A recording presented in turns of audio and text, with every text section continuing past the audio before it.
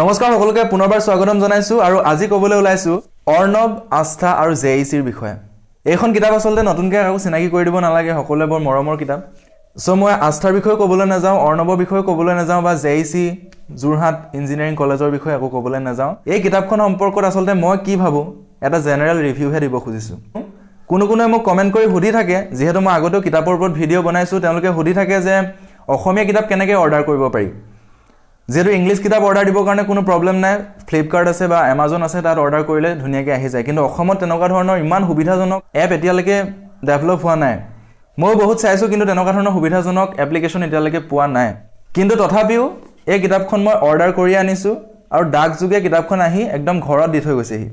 গতিকে আপোনালোকেও যিকোনো কিতাপ অৰ্ডাৰ কৰিব পাৰিব যদিহে কিতাপখন পাব্লিছাৰৰ হাতত এভেইলেবল থাকে। জেইচিখন পাব্লিছ কৰিছে আগবাগ প্ৰকাশনে, যিটো গুৱাহাটীৰ হয়, আৰু তেওঁলোকে কিতাপখন ইমান বেছি এভেইলেবলকৈ গোটেই অসমত এতিয়ালৈকে অসমৰ বজাৰত তেওঁলোকে পঠিয়াব পৰা নাই। প্ৰথম প্ৰকাশ কৰোঁতে গুৱাহাটীতে শেষ হৈ গৈছে, দ্বিতীয় প্ৰকাশটো হয়তো তেওঁলোকে বাহিৰলৈ পঠিয়াব পৰা নাই।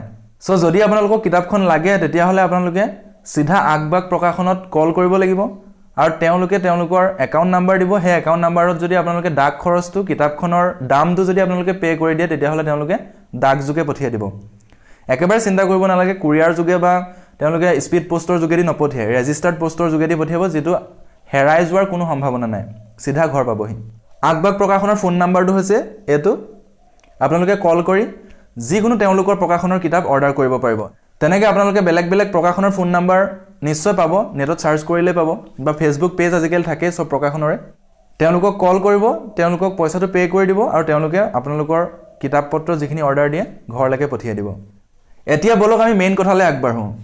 প্ৰথম কথা, অৰ্ণৱ আস্থা আৰু জেইচি কিতাপখন পঢ়ি মোৰ খুবেই ভাল লাগিলে। প্ৰথম কথা, মই এইটো কথা ক'বলৈ কেতিয়াও নাযাওঁ যে অৰ্ণৱ আস্থা আৰু জেইচি এই কিতাপখন বৰ মহান কিবা সাহিত্য বা এইখন কিতাপ অসমীয়া সাহিত্যৰ ক্ষেত্ৰত এক মাইলৰ খুঁটি, নতুবা এই কিতাপখন নহ'লে অসমীয়া সাহিত্য আধৰুৱা হৈ ৰ'ব, এনেকুৱা ধৰণৰ কথা মই কেতিয়াও নকওঁ। তথাপিও মই কৈছোঁ এই কিতাপখন পঢ়ি মোৰ যথেষ্ট ভাল লাগিলে। কিন্তু কিতাপখন পঢ়ি ভাল লগা বা বেয়া লগাতকৈ ইম্পৰ্টেণ্ট কথাটো কি জানেনে? আজি ফেচবুকটো যদি আপুনি মেলি চায়, তেতিয়াহ'লে ফেচবুকত অযথা কিছুমান পোষ্ট শ্বেয়াৰ কৰি ফুৰা, অৰ্থহীন কিছুমান কথা শ্বেয়াৰ কৰি ফুৰা মানুহ কিন্তু বহুত পাব। কিন্তু তাৰ মাজত ফেচবুকক একদম পজিটিভলি ইউজ কৰা মানুহৰ সংখ্যা খুব কম। তাৰ মাজতে কিন্তু এটা কথাত বৰ ভাল লাগিছে যে আজিকালি ফেচবুকত খুব অসমীয়া ভাষাৰ ব্যৱহাৰ হ'বলৈ ধৰিছে। আৰু তাৰোপৰি এতিয়া কেব বা কাৰ বিৰুদ্ধে যেতিয়া প্ৰতিবাদ হ'ল, তেতিয়া কিন্তু ফেচবুকত জাতীয়তাবাদৰ জোৱাৰ উঠিছে। আৰু তাৰ লগে লগেতো ইণ্টাৰনেটে বন্ধ কৰি দিবলগীয়া অৱস্থাৰ সৃষ্টি হৈছে। এইটো ক'বলৈ গ'লে আমাৰ কাৰণে কিন্তু এটা প্লাছ পইণ্ট। 2019 চনটোলৈ যদি আপুনি ঘূৰি চায়, তেতিয়াহ'লে দেখিব জানুৱাৰী মাহৰ পৰা ডিচেম্বৰ মাহলৈকে কেবৰ বিৰুদ্ধে কম প্ৰতিবাদ হোৱা নাই। আৰু তাৰ লগে লগে অসমত এটা শব্দ বহুত পপুলাৰ হ'ল, সেইটো হ'ল অসমীয়াগিৰি। অসমত কেৱল অসমীয়াগিৰিয়ে চলিব। কিন্তু অসমীয়াগিৰি কেনেকৈ চলিব, তাৰ কিছুমান ৱে থাকিব। এতিয়া কিন্তু কিছুমান ৱে ষ্টাৰ্ট হৈ গৈছে। যেনেকৈ মই ক'লোৱে যে ফেচবুকত আজিকালি অসমীয়া ভাষাৰ বহুল প্ৰচলন হৈছে। তাৰ লগে লগে বহুতে নিজৰ ফেচবুক একাউণ্টত বা বেলেগ বেলেগ ফেচবুকৰ যিবিলাক পেজ আছে, তেওঁলোকে সাহিত্য চৰ্চা কৰিবলৈ আৰম্ভ কৰিছে, অসমীয়া সাহিত্য চৰ্চা। গতিকে অসমীয়াগিৰি এইটো এটা ভাল উদাহৰণ কিন্তু। আৰু এই অসমীয়াগিৰিৰ লগে লগে 2019 বছৰত অসমৰ আটাইতকৈ পপুলাৰ কাহিনীটোৱে চাগে জেইচি, যিটো অনলাইন দুনিয়াখনৰ পৰা ওলাই আহি বৰ্তমান প্ৰিণ্টেড ৰূপটো পাইছেহি। গতিকে ক'বই লাগিব যে জেইচিত নিশ্চয় এটা যাদু আছে, যিটো ভাষাৰ যাদু, যিটো কাহিনীৰ যাদু। সেইকাৰণেতো অসমৰ ইমূৰৰ পৰা সিমূৰলৈ ইমান বেছি জনপ্ৰিয় হৈ পৰিছে। প্ৰকাশকে কিতাপখন যোগান ধৰিব পৰা নাই, যিমান বেছি ডিমাণ্ড কৰিছে মানুহে।